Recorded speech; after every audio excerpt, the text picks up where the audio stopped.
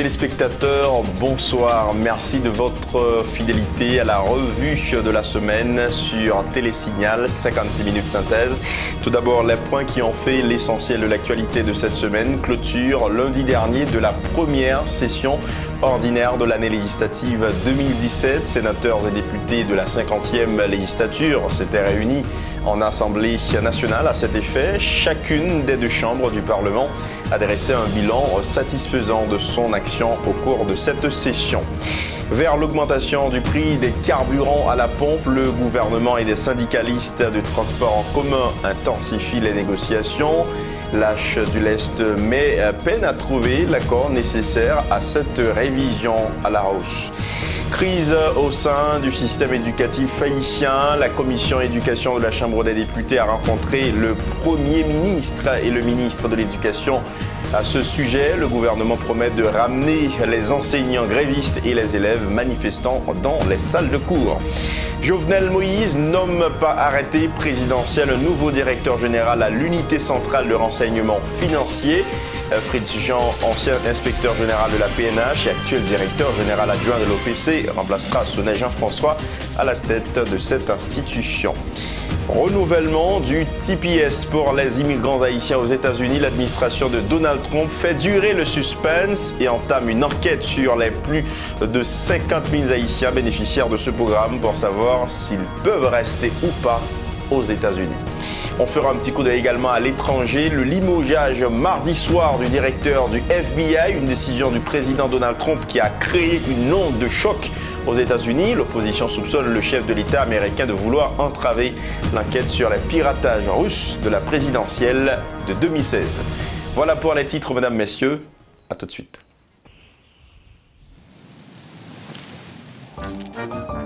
Oui, me sorti la ville là. Oui, sous route, la Cugna. Oui, n'a privé quand même. Bon, pas con qu'il est, mais si c'est pour arriver, n'a privé.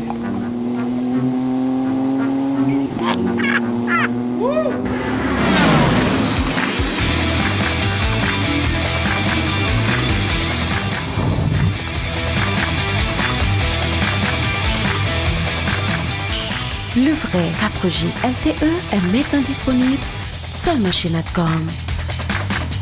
Faites vous-même la différence. Venez tester le vrai 4G LTE propulsé par Natcom. Jusqu'à 10 fois plus rapide que le 3G de la compétition. Natcom 4G LTE. Venez tester la vitesse du vrai 4G LTE. Natcom, the future is now. Let's go! Bienvenue si vous nous rejoignez à peine, c'est bien sûr le développement de 56 minutes synthèse. Sénateurs et députés s'étaient réunis en Assemblée nationale le lundi 8 mai dernier pour clôturer la première session ordinaire de l'année 2017. Le président de l'Assemblée nationale s'est dit satisfait des travaux réalisés par ses collègues au cours de cette première session. Par ailleurs, Yuri Latortue a appelé les trois pouvoirs de l'État à se mettre ensemble pour sortir le pays du marasme. On l'écoute au micro de Josué Lexidor et Yon Saïd. Et par le vote de nombreuses lois, le Parlement, admettons-le, a fait œuvre qui vaille. Sans vouloir verser dans l'autosatisfaction, ni par contraste dans la modestie défaitiste, je me permets, au nom de mes collègues parlementaires en fonction, de faire savoir d'emblée au peuple haïtien que nous avons ainsi l'honneur de représenter, que nous assumons pleinement nos fonctions constitutionnelles. Le travail législatif de cette législature commençante, en termes de lois votées et d'activités de contrôle de l'action gouvernementale effectuée, en atteste. C'est dire que cette législature fait sienne la méthode de gouvernance publique axée sur les résultats. Il nous faut absolument des résultats. La grande faiblesse de notre État commande à la fois la rapidité et l'efficacité de l'action publique. Car nous, au niveau du pouvoir législatif, nous constatons avec une grande peine la dégradation des conditions de vie du peuple haïtien. La population se retrouve en grande insécurité alimentaire. Le chômage est massif. L'éducation de nos jeunes est déficitaire tant du point de vue quantitatif que qualitatif. La couverture sanitaire est médiocre, notre environnement physique est délabré et anxiogène. En tant que mandataire légitime, nous devons agir vite et bien. Sinon, l'effondrement sociétal annoncé, parfois cyniquement, n'est pas loin de se réaliser. Au cours de cette séance, la première secrétaire du Sénat de la République, Dieudonne Luma Étienne, a profité pour dresser le bilan du Grand Corps que je vous propose de suivre au micro de Josué Lexidor et Yvan Seïd.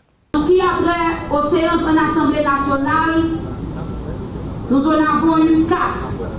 Séance plénière 32, intégration nouveaux sénateurs 14, dépôt de projet de loi 2, dépôt de proposition de loi 10, vote définitif de loi 12, loi votée et transmise à la Chambre des députés 7, contrôle parlementaire 4, formation de commission permanente 13, formation de commission spéciale 6, rapport des commissions 12, ratification d'instruments internationaux 3, résolution prise 2, rencontre en commission 8, énoncé de politique générale 1, texte de loi transmise aux commissions permanentes pour examen 12. Le premier secrétaire de la Chambre des députés, Jean Ruller-Jean, a lui aussi présenté un bilan satisfaisant des actions menées par la Chambre basse au cours de cette première session. Je vous propose d'écouter le député Jean Ruller-Jean. Les pouvoirs exécutifs et législatifs ont organisé une cérémonie au centre des conventions de la BRH en vue de présenter l'agenda législatif de l'année 2017, le lundi 10 avril 2017. Cet agenda contient un total de 50 projets et propositions de loi. Résumé, nombre d'assemblées nationales 5, nombre de conférences des présidents 9, nombre de séances plénières 24, nombre d'instruments internationaux ratifiés 3, nombre de propositions de loi votées 1, nombre de projets de loi votés 5, nombre de rapports votés 7, nombre de propositions de loi déposées 6, nombre de projets de loi déposés 12, nombre de propositions de loi transmises au bureau par les députés et non encore déposées 2, nombre de textes de loi transmis par le Sénat 6, nombre de députations 7, nombre de séances de travail en commission 28, nombre de sorties sur le terrain par les commissions 6, nombre de députés validés 26. Et sachez qu'en prélude à la séance en Assemblée nationale, les sénateurs ont voté en deuxième lecture le projet de loi portant sur l'organisation et le fonctionnement de l'UCREF. Le président du Sénat, Yuri Latortue, s'est réjoui que le vote de ce projet va aider les gouvernements à lutter contre le blanchiment des capitaux dans le pays. L'organisation politique Famille Lavalas dresse le bilan des 3 premiers mois de Jovenel Moïse au pouvoir. Le 7 mai dernier, Famille Lavalas n'y voit que du théâtre et de la démagogie. La coordonnatrice de cette structure politique, Maryse Narcisse, candidate malheureuse de la présidentielle 2016, dit déplorer que le chef de l'État ne gère que son clan, qui lui a propulsé à la magistrature du pays. Maryse Narcisse appelle le peuple haïtien au réveil et à la mobilisation pour leur survie. On l'écoute. Côté pour voir ça sortir, il pas d'accord, j'en agis l'autre gens.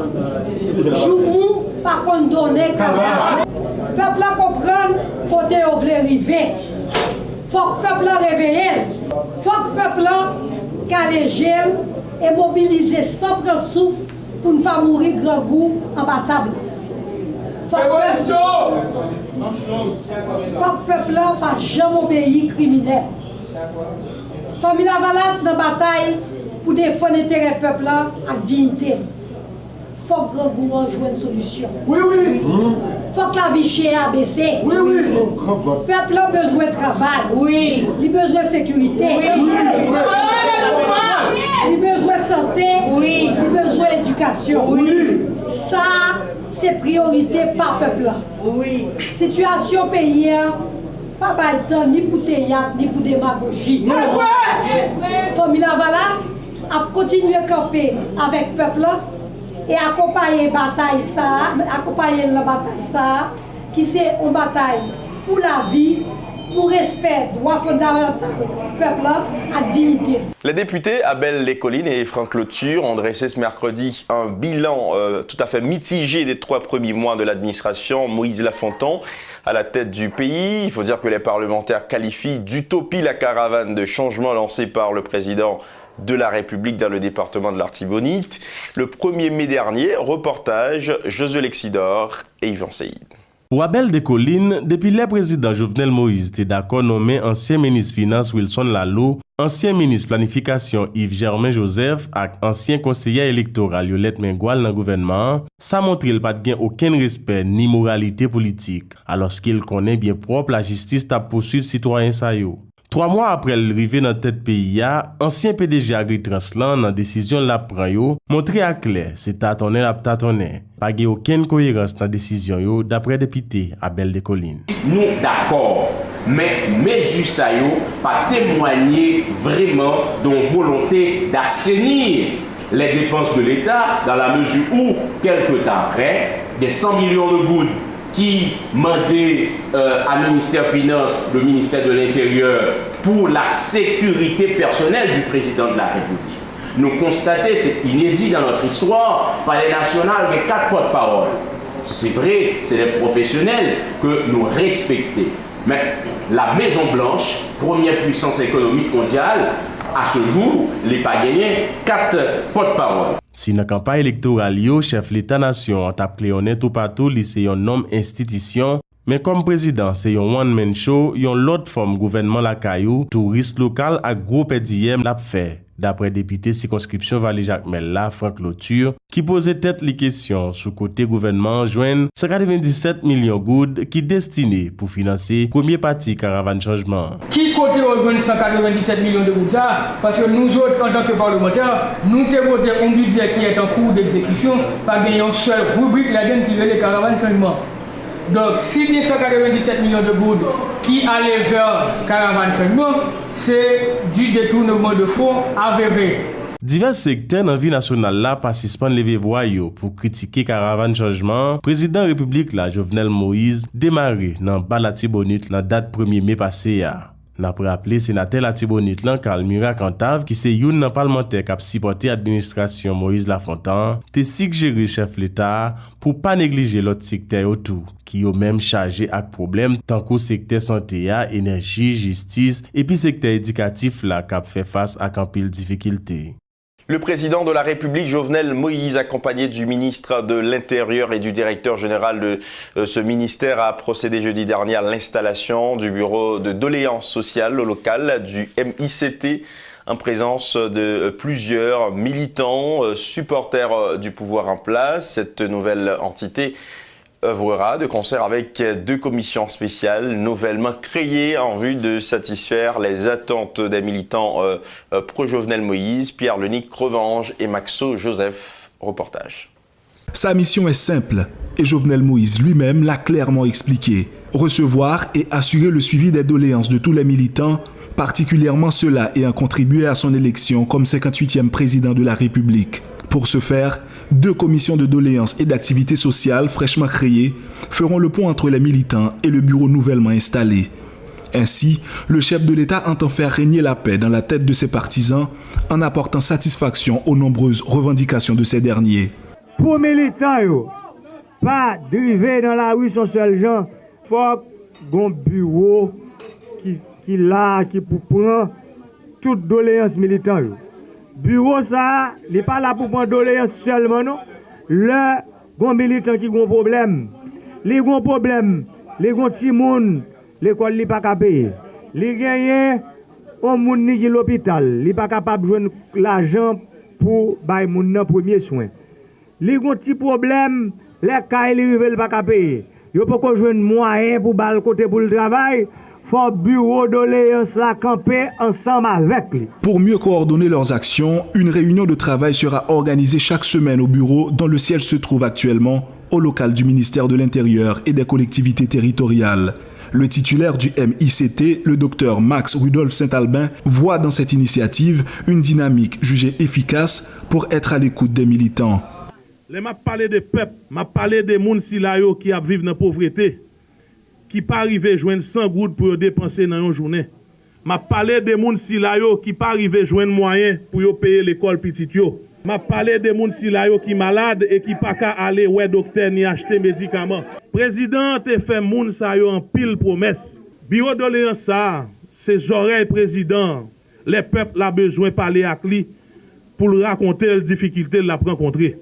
Il faut dire que parmi les membres de ces deux commissions de doléances et d'activités sociales figurent des visages connus du BJM, base Jovenel Moïse, qui foulait le macadam la semaine écoulée pour exiger leur intégration au sein du pouvoir. Ceci, selon plus d'un, permet de déduire avec une réserve très moindre qu'il s'agit là d'une stratégie du locataire du Palais national pour récompenser ses partisans. C'était annoncé en titre, le Premier ministre Jacques Guy-Lafontan persiste et signe. Les prix des produits pétroliers seront coûte que coûte révisés à la hausse. Toutefois, précise-t-il, ce ne sera pas une décision unilatérale du gouvernement. La mesure sera adoptée après négociation avec les acteurs concernés. Le chef du gouvernement, Jacques Guy-Lafontan, au micro de Josué Lexidor et Yvan Seyid. Toute augmentation que nous avons gagné pour nous faire, et nous avons gagné pour nous faire, c'est un bagage pour nous faire de façon concertée. Côté que nous gagnons pour nous parler avec les syndicats, nous gagnons pour nous parler avec les distributeurs de produits pétroliers et nous gagnons pour nous parler avec les gens qui commandent et les importateurs. La négociation, ça apprend tant que le gain pour le prendre, mais c'est là nous gagnons, n'est-ce pas vrai, on commun accord avec tout le monde, avec les consommateurs et tout. Et puis parce que faut nous des consommateurs tout et laisse ça n'a pas de décision. Moi pas capable de dire rien qu'on y a toute décision n'a gagné pour nous prendre c'est avec tout acteur. Nous-mêmes nous toujours ouverts pour des négociations. On pas commenter sur déclaration en parlementaire. La décision annoncée par les autorités gouvernementales de réviser à la hausse les prix des produits pétroliers sur le marché local continue de faire des vagues au sein de la société. Au Parlement haïtien notamment, les sénateurs sont divisés sur la question. Josué Lexidor et Yvan Seyid, reportage. Les sénateurs doivent se réunir en urgence pour adopter une résolution dans la perspective d'exiger le retrait de la décision d'augmenter le prix des produits pétroliers sur le marché local. Le président de la Commission des affaires sociales du Sénat de la République se montre pour le moins ferme sur cette décision. Ça que tu as dû faire son résolution pour tous les sénateurs qui viennent là aujourd'hui. Réunion, on évite réunion dehors, on fait réunion dans le Sénat. Je sens que marronnage qu'a fait dans le Sénat comme si marron Sénat aujourd'hui là. Qu'en pensez-vous, honorable, de la proposition de votre collègue du Sud, Hervé Foucan, relative à une augmentation graduelle des prix du carburant? Pas pour le monter même. Des parlementaires proches du régime tête calée se gardent de se prononcer sur la décision du gouvernement de réviser à la hausse le prix de l'essence sur le marché local. Le sénateur du Nord, Jean-Marie Ralph Fétière, se dit pourtant favorable. De l'avis de plus d'un, l'augmentation des prix des produits pétroliers sur le marché local aura de graves conséquences sur le prix des produits de première nécessité. N'est-ce pas, sénateur Fétière? Un bon spécialiste en la matière. L'année dernière, à pareille époque, l'administration privée Jean-Charles avait augmenté de 30 gourdes le gallon de la gasoline. Dès lors, en campagne, Jovenel Moïse avait crié au scandale. Tandis que le Premier ministre Jacques Guy-Lafontan a triplé la mise, que dit le numéro 1 du Palais national? Haïti a accueilli cette semaine la première mission de la commission spéciale du groupe de travail sur la coopération internationale de la communauté des États de l'Amérique latine et les Caraïbes. Cette activité regroupant environ 7 délégations venant des pays de l'Amérique latine, de la Caraïbe, s'est tenue le jeudi 11 et vendredi 12 mai 2017, dirigé par le Salvador. Ce groupe de travail a pour mission de faciliter la coordination des efforts des pays membres de la CELAC en faveur d'Haïti, selon le ministre des Affaires étrangères Anthony Rodrigue. On l'écoute au micro de Joseph Varin et Jasmin Delis. Un an plus tard, les chefs d'État et de gouvernement de la CELAC ont adopté lors de leur premier sommet à Santiago, au Chili, en janvier 2013, une résolution sur la coopération spéciale avec la République d'Haïti.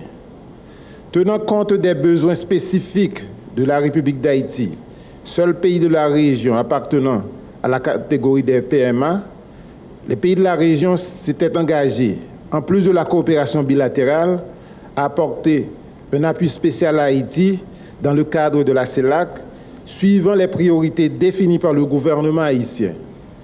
Les principaux champs de coopération retenus sont l'environnement, l'énergie, l'éducation, l'emploi, l'état de droit, la santé, l'agriculture et les infrastructures.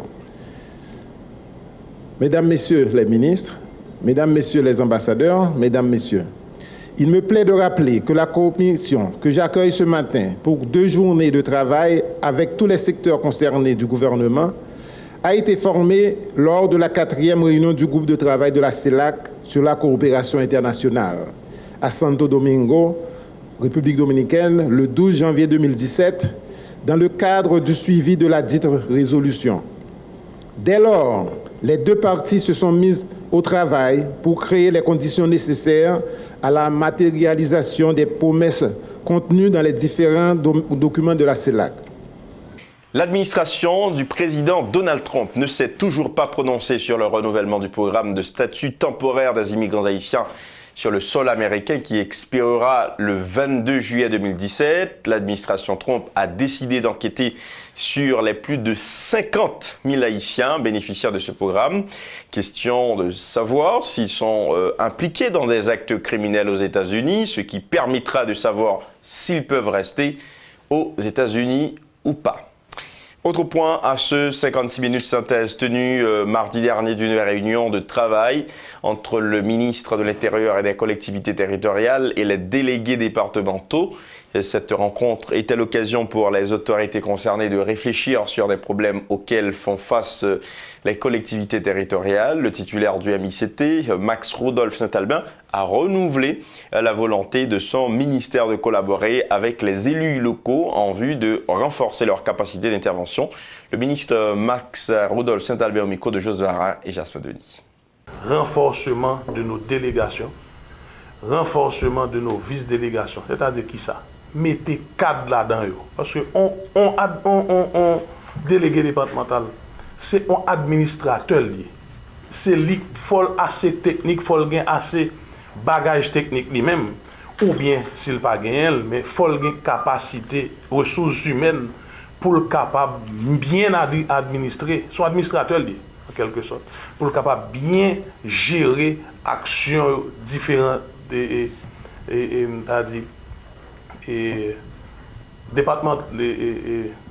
direction départementale la CALI pour l'assurer efficience et direction départementale ça et vice délégué autour dans feuille de route là il t'a même demandé pour monter un corps des délégués donc en même temps tout il t'a demandé nous renforcer capacité en dedans mairie et c'est ça je dis là, moi, je me fais une petite transgression là, on est obligé de faire décaler, même si ce n'est pas but rencontre aujourd'hui. Mais sous mairie, il n'y a pas de situation pas différente dans la collectivité, parce que aujourd'hui, eh bien, mairie, il faut qu'il y ait des postes en dedans qui sont très techniques. Il faut qu'il y ait des techniciens, parce que c'est même bagarre là pour maire là, au niveau de la collectivité. Eh bien, pour l'administrer commune, eh bien, travail là, il y a des responsabilités qui sont de plus en plus techniques. Il faut que nous renforcions mairie autour avec des cadres pour que le travail la fait bien. Et c'est un signal que nous avons pour nous voir. Si nous voulons parler de changement à Haïti, nous voulons parler de développement à Haïti, il faut que nous renforcions la collectivité.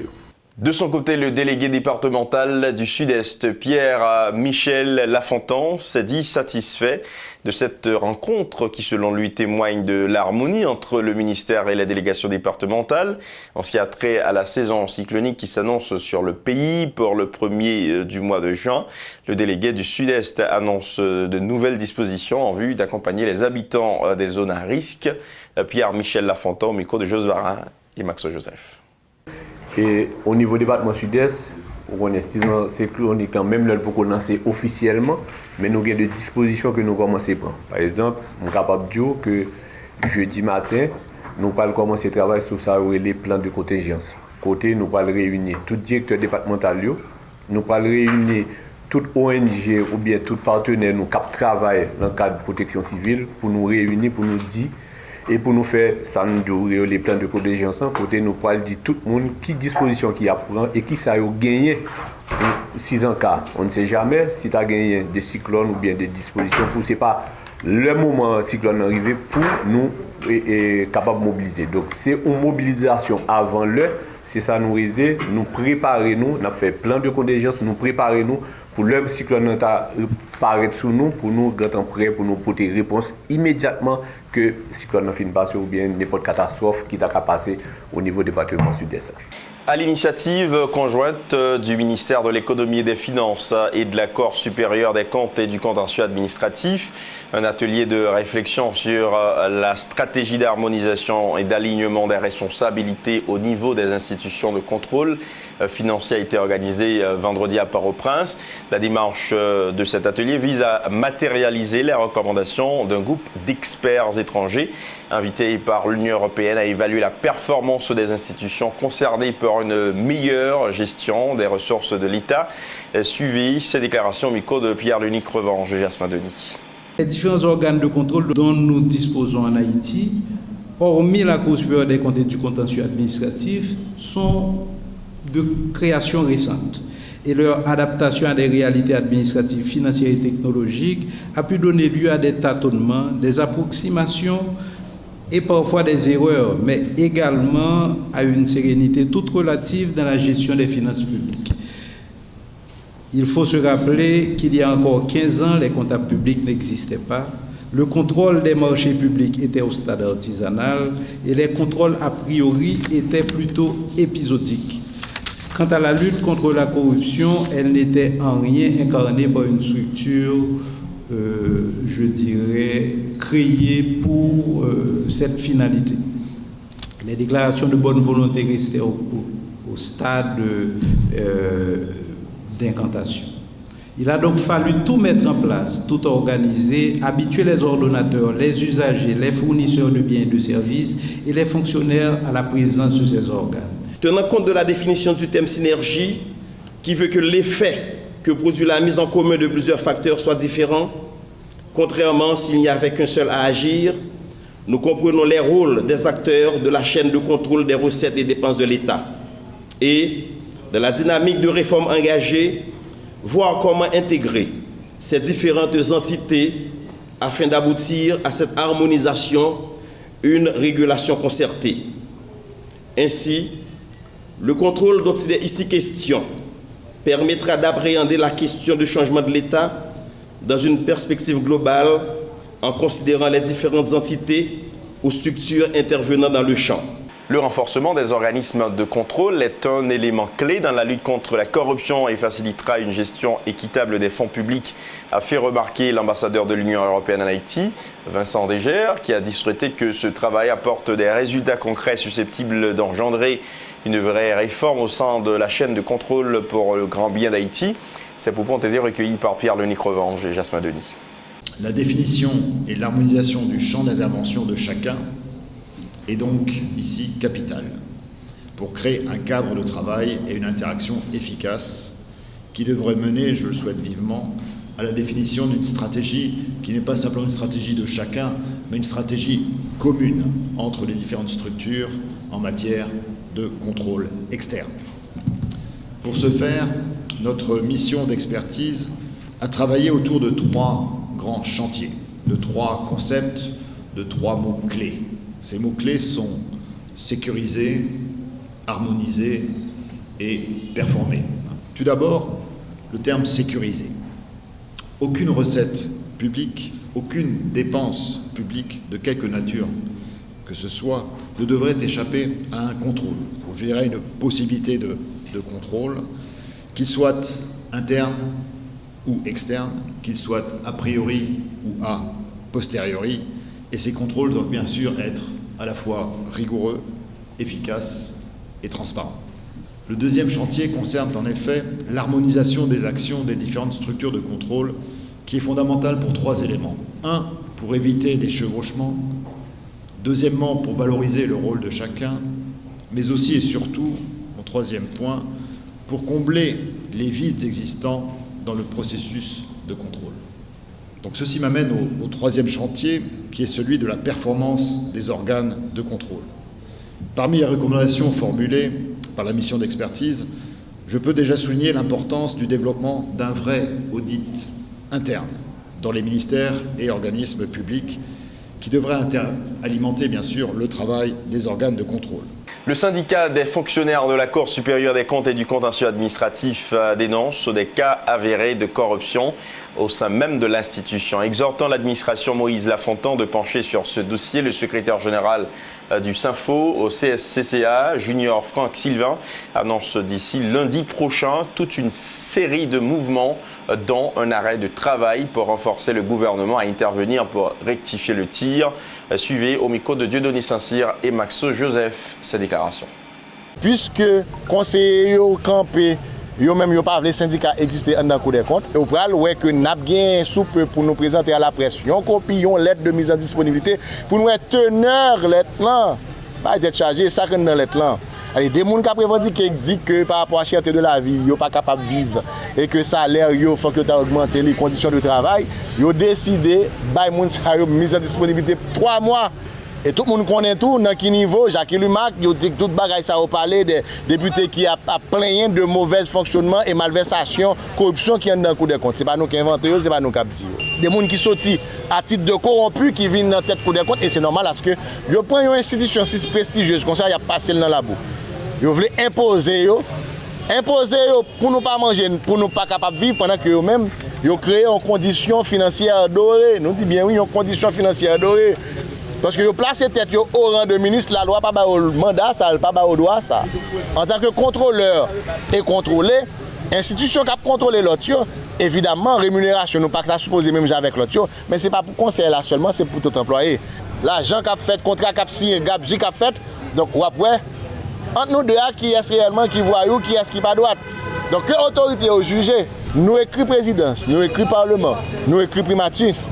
Au lieu de primature, pour nous, c'est Gagane, il veut venir Gagane, nous, c'est ça, il dit oui. C'est pas nous non qui dit le Premier ministre. Il dit que c'est le Premier ministre, c'est primature qui voit Simo, vient prendre nous mettre dehors. C'est ça, il dit. Jovenel Moïse nomme un nouveau directeur général à l'unité centrale de renseignement financier UCREF. Fritz Jean, ancien cadre de la PNH et actuel directeur général adjoint de l'OPC qui va prendre les rênes de cette institution dirigée par Sonnet Jean-François. L'arrêté présidentiel portant nomination de Fritz Jean a été publié dans le journal Le Moniteur le 10 mai 2017. Rappelons que l'UCREF, sous la direction de Sonnet Jean-François, avait produit un rapport soupçonnant le sieur Jovenel Moïse, actuellement président de la République, de blanchiment des avoirs. Le rapport est pour l'heure au cabinet du juge d'instruction Brady Fabien qui a inculpé M. Moïse quelques jours avant sa prestation de serment, on se le rappelle, le 7 février dernier. La commission spéciale chargée de travailler sur le rapport produit par la commission éthique et anticorruption a organisé sa première rencontre de travail mercredi dernier avec bien sûr les directeurs généraux de l'USCC et de l'UCREF. Le président de la commission, Yves Vallière-Beauplan, a promis d'œuvrer afin de produire un rapport tout à fait équitable. Le sénateur Yves Vallière-Beauplan au micro de José Lexidor et Yvan Seyid. Nous pas commencé le travail parce que nous avons trouvé que l'époque que nos missions nous étaient trop rapprochées de transition puisque le gouvernement qui t'a bralé, l'autre gouvernement qui t'a venu. Stratégiquement, nous sommes obligés d'attendre l'équipe président Jovenel l'arrivée au pouvoir, son nouveau gouvernement. Et permettre de prendre connaissance du dossier pour nous lancer. Et maintenant, on a choisi date ça, puisque nous avons déjà demandé au président Sénat en prolongation de 3 mois de manière à ce que nous soyons capables de faire un bon rapport, Libanon. Nous ne voulons pas faire une enquête qui n'a pas abouti pour qu'un pile de monde qui a parlé. Nous devons faire en étroite collaboration avec toute institution qui prend le travail, qui est habituée de travailler dans l'enquête. Ce matin, on invite en pile. Malheureusement, il y a des institutions qui ne répondent pas. Et que le sénateur Hervé faut commander pour que nous refaisions, mais les salles ne pas placer. UCREF, ILCC, c'était très important pour nous être présents, nous parler, nous discuter. À partir d'aujourd'hui, nous considérer que l'enquête a commencé.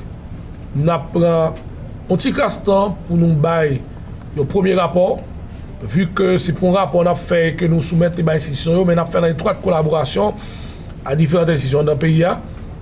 Nous disons tout le monde dans le pays, mettez main sous le cœur. Effectivement, l'argent mal dépensé. Ça a bien dépensé, il y a besoin d'un bon rapport qui applaudit les dépenses. Et ça mal dépensé autour, nous avons tout le monde garanti. Et nous avons fait un rapport, nous avons fait une enquête qui aboutit. Et toute institution pays a reconnaître que pas de faille dans le rapport ça, parce que nous avons fait le bien, nous avons fait nos printemps. Et nous avons garanti, fois ça, c'est la justice seulement qui a bien pour le faire battre. Le Sénat de la République a mis en discussion mercredi dernier les 2 propositions de loi initiées par le sénateur de l'Ouest Jean-René Sénatus. La première traite de la question des conflits terriens et la deuxième parle de la régularisation de la possession et de la circulation du port d'armes en Haïti. Pierre-Luc Crevange et Max Joseph, reportage. 2 propositions de loi ont été passées au peigne fin dans le cadre de cette assise qui a réuni des acteurs clés du système judiciaire haïtien et de la société civile. La loi sur la garantie des propriétés foncières et celle traitant de la question du contrôle des armes à feu en Haïti. Toutes 2 proposées par le président de la commission justice et sécurité du Grand Corps, Jean-René Sénatus, qui faisait l'exposé des motifs en présence du public. Les conflits terriens, un phénomène très récurrent dans la société haïtienne qui continue de faire du tort à des paisibles citoyens. Cette première loi, mise en discussion ce mercredi, veut sécuriser les véritables propriétaires contre les envahisseurs. Jean-René Sénatus. Le texte ça bat pour nous mettre en fin dans la procédure dilatoire là, parce que nous permettent dans le texte là, cette assignation qu'a faite en matière terrienne, vous fait à jour fixe. Or avant, il était à 8e menait 15e menait 2, 3, 4, 15 années avant même que procédure là, juge l'attendait et rende décision. Là dans le tout, nous renforcer l'exécution provisoire, même lorsque nous n'avons pas un appel, il prend en cassation, mais le propriétaire est maintenu. Si la première loi vise à sécuriser les propriétaires terriens, la deuxième portant sur la commercialisation, la détention, le port d'armes à feu sur le territoire national prévoit de combattre le banditisme et l'insécurité dans le pays. Nous sommes censés incriminer port illégal d'armes à feu. Parce que je dis, il y a un texte de loi que nous avons utilisé qui est beaucoup plus fantaisiste. Dans le sens, il dit, au contraire, avec nos âmes nommées, peine qu'à courir jusqu'à 3 ans sans pas fixer seuil minimal. Peut-être ça, dans la même loi, ça, nous pensons à un moratoire 1 mois qui va permettre aux gens qui ont des âmes qui n'ont pas beaucoup déclaré, ils ont déclaré, mais après le moratoire là, les papes délit encore, la vie un crime. Ces 2 textes de loi, répartis en 50 articles, sont sujets à des modifications après cette journée de discussion avant d'être votés au Parlement. Une fois passée cette étape, ils contribueront à renforcer la jurisprudence haïtienne concernant les sujets qu'ils traitent. Le directeur général de la PNH, Michel-Ange Gédéon, a rencontré cette semaine les présidents des 2 branches du Parlement, Yuri Tortue et Chalzer Chancy, autour de la mise sur pied de l'unité de sécurité générale du palais législatif. Le président du Sénat de la République, Yuri Tortue, a informé que les dossiers sont à l'étude afin de commencer le processus d'ici le mois prochain. Yuri Tortue, au micro de José Lexidor et Yvan Seyid. Nous avons reçu visite DGA. Et nous avons gagné pour nous aborder plusieurs points entre 2 institutions, dont les questions de l'institution de sécurité pour le Parlement, ça et les communément police parlementaire et autres. Et nous sommes très contents du fait que 2 institutions haïtiennes, eh bien, ils ont rencontré, ils ont chita, ils ont parlé, nous-mêmes pour renforcer la sécurité, nous, et chambre sécurité et Sénat, et nous-mêmes tout pour nous garder exactement avec la police comment pour nous renforcer. Nous pratiquement pas avancé, moi je crois qu'il y a travail sur le dossier, puisque nous connaissons gagné justement des agents de sécurité, des agents de sécurité qui travaillent là, il a gardé tout le dossier et dans exactement 1 mois, eh bien il a commencé. Et puisque vous tri qui vous faites avant, et dans 1 mois, il a commencé à processus. C'est-à-dire que il y a des agents de sécurité qui étaient là, déjà qui vont participer, et également il y a des jeunes également qui vont compléter pour que justement nous arrivions avec une promotion normale qui a fait que assurer la sécurité députés et sénateurs rapprochés et en même temps assurer la sécurité bâtiment. Mais qu'on est bien à partir de juin et ou juillet, nous avons un lancement construction nouveau bâtiment palais législatif là. Le ça la plus équipé pour nous recevoir unité, mais il faut nous commencer à préparer depuis qu'on y a. Depuis le début, qu'on avait à Chalbaladen. C'est la même institution. Tri a fait par la police. Tri a fait par la police. Ça va dépendre de la police qui va le faire évaluation. Nous-mêmes, nous simplement comme autorité à suivre question, mais la police a la haute main pour justement la formation et également l'opérationnalisation maintenant de l'unité de sécurité. Le ministre de l'Éducation nationale et de la formation professionnelle a exprimé son intention d'agir en faveur de l'amélioration du système éducatif dans le pays. Pierre-Josué Agénor-Cadet a informé avoir entamé des démarches en ce sens. Cependant, a-t-il regretté l'entente nécessaire entre les responsables du ministère de l'Éducation nationale et de la formation professionnelle et les syndicats pour résoudre les problèmes qui entravent le ministère n'est toujours pas trouvé. Le ministre Agénor-Cadet a déploré que les syndicalistes préfèrent manifester au lieu de se rallier à la table du dialogue. On écoute. Notre côté dans nos pays, côté université publique en crise, université privée en crise, l'école, l'État en crise. Bon, bien entendu, ce n'est pas aujourd'hui en crise. Donc, c'est bagaille qui, là, depuis dans toutes les 20 dernières années, ça là. Donc, ça fait longtemps. D'ailleurs, tout ce qui a passé aujourd'hui dans l'éducation, il n'a pas commencé sous moi. Donc tout a commencé avant que je arrive dans la tête ministère. Donc c'est environ un mois et demi que je suis dans la tête ministère. Et malheureusement, je viens de jouer un lourd héritage, un lourd passif. Maintenant, ce n'est pas ça qui est le problème pour moi, mais j'ai déjà identifié tout le problème. Et pendant ma parole là, il y a une pile piste de solutions qui est déjà en cours. Bien entendu, au départ, ça me fait 11 semaines après monter dans la tête ministère, je me fait rencontre avec toute organisation syndicale. Dans le cadre d'un dialogue social. Je pense que si pas de dialogue, pas de cas marché. Malheureusement, après tout contact avec l'organisation syndicale, quand nous posons des problèmes, nous disons porte là ouvert pour tout dialogue et nous sommes en fin d'année scolaire, dans le moment où nous allons rentrer dans l'examen, nous avons ces grèves, ces manifestations. Mais ce qui est déplorable dans ça, c'est que dans pile l'école, côté nous travaille paisiblement. Je prends le lycée Marie-Jeanne, je prends le lycée Fritz-Pierre Louis-Lot, eh bien, nous sommes rentrés dans la salle de classe, poser des actes de violence, décoller tableau, chirer tableau, craser vite machine enseignant, craser vite machine censeur. Et c'est l'État qui est responsable. Ce n'est pas tout le monde l'école qui doit payer les conséquences. Non. Ce n'est pas tout le monde l'école qui doit être victime. Pendant que tout le monde qui est dans l'État ou même, il a continué à vivre, j'en vivre. Et puis, il faut que les gens qui sont dans l'État, je ne dis tout. Petit, ce n'est pas dans l'école, ça, soit dans un pays étranger, ou bien dans une grande école ici. Petit, ce n'est pas victime. Donc, c'est malheureux ça. C'est petit pour une classe moyenne ça, qui est dans le lycée, qui est dans l'école nationale, qui est victime. Il faut dire que cette semaine ont tenu des manifestations d'élèves d'écoles publiques à Port-au-Prince pour réclamer la présence d'enseignants dans les salles de classe. Ces enseignants, rappelons-le, observent un mot d'ordre de grève depuis 4 semaines pour exiger entre autres de meilleures conditions de travail ainsi que le paiement de plusieurs mois d'arriérés de salaire mercredi dernier. Dieudonné Saint-Cyr et Jasmin Denis étaient allés à leur rencontre. Suivez. Tandis qu'ils devaient être en salle de cours, ces lycéens se sont regroupés, sillonnant diverses rues de la capitale haïtienne. Il est 11h45. Ce n'est pas encore l'heure de rentrer ce soir. Mais par la force des choses, ils se trouvent dans les rues pour exiger la présence des professeurs dans les salles de classe. Ils sont, pour la plupart, du lycée Alexandre Pétion, de Daniel Fignolet, entre autres.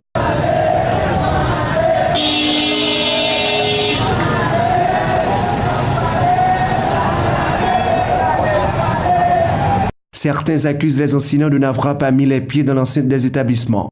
Pourtant, ces derniers auraient bel et bien reçu leur salaire. Depuis longtemps, nous achetons le professeur. Nous avons revendiqué. Oui, nous avons revendiqué. Parce que nous regardons le pays. Parce que, quand le président passe là, et dans le lycée, on passe. Nous avons souffert, mais ce professeur. Malgré. Mais ça n'a pas de ce professeur. Nous merci professeur. Ma professeur. Oui, nous allons l'examen.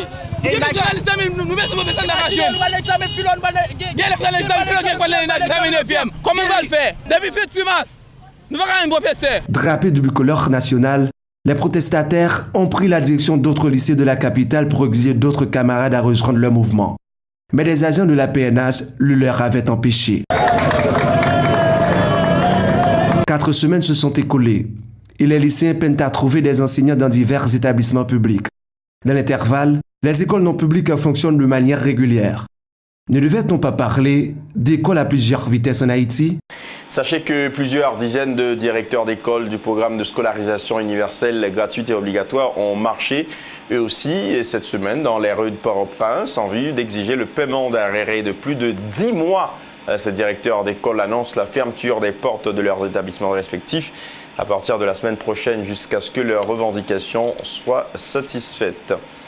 Autre sujet à ce 56 minutes synthèse, le Premier ministre Jacques Lafontaine, accompagné du ministre de l'Éducation nationale Pierre-Josué Agédan-Cadet, a répondu vendredi à l'invitation de la commission éducation de la Chambre des députés autour des problèmes qui affectent le système éducatif, notamment la grève des enseignants. Au terme de cette rencontre, le Premier ministre Jacques Lafontaine a annoncé pour ce week-end une retraite au cours de laquelle des mesures vont être adoptées dans la perspective de mettre fin à la crise qui handicape le fonctionnement du système éducatif.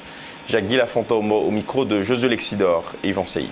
Lundi matin, 11h, nous avons invité syndicalistes, c'est-à-dire dans le secteur éducation. Nous avons invité les responsables syndicaux pour qu'ils viennent chita avec nous. Une chose que nous-mêmes avons demandé, n'est-ce pas vrai? Réunion, ça pour une réunion de travail pour nous dire, mais qui train de mesures que nous mettons en route pour nous avoir une solution immédiate à ce problème. Mais nous avons tout invité autour pour regagner les classes parce que eux-mêmes tout, ils sont des pères et des mères de famille. Nous ne pouvons pas quitter les gens dans la rue. Si un accident doit faire, ok, il doit y avoir des gros dégâts qui fait. Donc, nous avons demandé, s'il te plaît, pour retourner dans la salle de classe. Nous allons rencontrer mardi avec le Parlement parce que, comme nous connaissons, nous avons un budget qui est en cours, nous n'avons pas de provision, mais pour nous avoir une réallocation de certains fonds, il faut nous avoir un cadre légal qui permet de nous faire. Donc, nous-mêmes, Parlement avec exécutif, nous avons chité ensemble pour nous voir qui outils que nous avons besoin qui permettent nous décaisser. Une fois que nous jouons le cadre légal, ça, côté que le système finance dans le cadre décaisser comme, à ce moment, nous sommes capables de passer à, n'est-ce pas vrai, d'abord, entrer les gens qui ont lettre nomination parce qu'ils sont pas dans le système finance payant, pour entrer dans le système finance payant, et comme ça, il y a qu'à commencer à recevoir salaire. Pour le programme Sugo, toute dette que nous avons pour l'exercice 2015-2016, dès semaine prochaine, nous allons aller commencer décaisser pour dette ça. Le ministre de l'Éducation nationale et de la formation professionnelle a mis sur pied un programme d'évaluation pour les élèves de la 4e et 7e année fondamentale dans des écoles nationales permettant d'évaluer leur intelligence. Cette structure se propose de tester leurs compétences des élèves des classes précitées dans 3 matières de base, à savoir les mathématiques, le français et le créole, a expliqué son coordonnateur Jean Wilner Pierre au micro de Gardy Barthélemy et Samus David François. Test que nous allons organiser pour élèves 4e année et un groupe d'école de 7e année. Il y a fait dans mathématiques, créole, français. Mais en plus de 3 matières de base, élèves ont bien pour remplir un questionnaire de contexte. C'est un questionnaire qui ramasse un ensemble de données sociodémographiques sur environnement familial, environnement scolaire, qui ramasse un ensemble d'éléments sur qui gentil moun yo vini l'école, à qui est-ce qu'il vivre, est-ce que vous mangez, etc. Alors, élèves ont passé le test là, il y a rempli le questionnaire de contexte là, mais en même temps, professeur 4e année yo a bien pour remplir pour nous un questionnaire de contexte tout. Directeur l'école yo, il y a bien également pour remplir un questionnaire. Et là, on a dit tout de suite, test ça, il concerné à l'échelle nationale 2183 l'école. Et test là, année ça, contrairement à l'année passée, il concernait les écoles publiques, les écoles nationales. Et pour qui ça, choix ça a été fait. Choix ça a été fait parce que uniquement des enseignants des inspecteurs, des directeurs d'école, des conseillers pédagogiques, c'est-à-dire c'est des acteurs du système éducatif qui est impliqué dans l'organisation. Juste le temps d'observer une courte pause à ce 56 minutes synthèse. Ne quittez pas, on vous retrouve tout de suite après.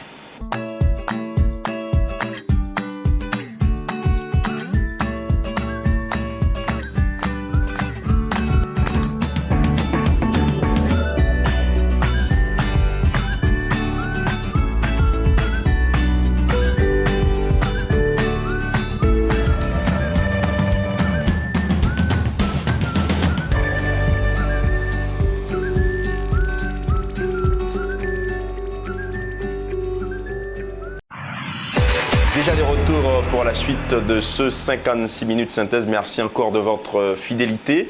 À l'occasion de la journée mondiale de la Croix-Rouge et du Croissant-Rouge le 8 mai dernier, la première dame de la République, Martine Moïse, a visité le Centre national de transfusion sanguine à Turgeau. Une visite qui visait à encourager tout un chacun, en particulier les femmes, à faire don de sang en ce jour symbolique, a-t-elle expliqué, rappelant que ce geste peut contribuer à sauver des milliers de vies. On écoute Martine Moïse au micro de Pierre-Lenique Revange et Jasmin Denis. Je dis c'est 8 mai, journée mondiale Croix-Rouge avec Croissant-Rouge. Moi, j'ai passé visiter la Croix-Rouge. La Croix-Rouge n'a pas qu'un domaine d'intervention. Il est intervenu dans le domaine de migration, il aide les prisonniers à une meilleure vie dans la prison. Mais plus sur ça, la focaliser le jeudi, c'est sur don de sang. Tout le monde connaît que sang, c'est la vie. Quand on fait une opération, ou quand on fait un gros accident, ou besoin de sang. Donc, quantité de sang que vous avez qui stocké n'est pas assez. Donc, il faut qu'il y ait plus d'honneur pour qu'il y ait plus de vie qui soit sauvée. Tant pis, mesdames, comme nous toujours bon coup de main dans tout ça m'a fait. Jodi, ou bien dans tout ça, pas jodi seulement, dans le jour qui vient, bailler plus sang. Parce que nous avons besoin de sang pour nous sauver. Oui, il y a une possibilité pour le faire, puisque nous avons besoin de sang. Donc, il faut que mesdames baillent coup de main. Tant que vous êtes toujours bas, vous êtes pour mesdames.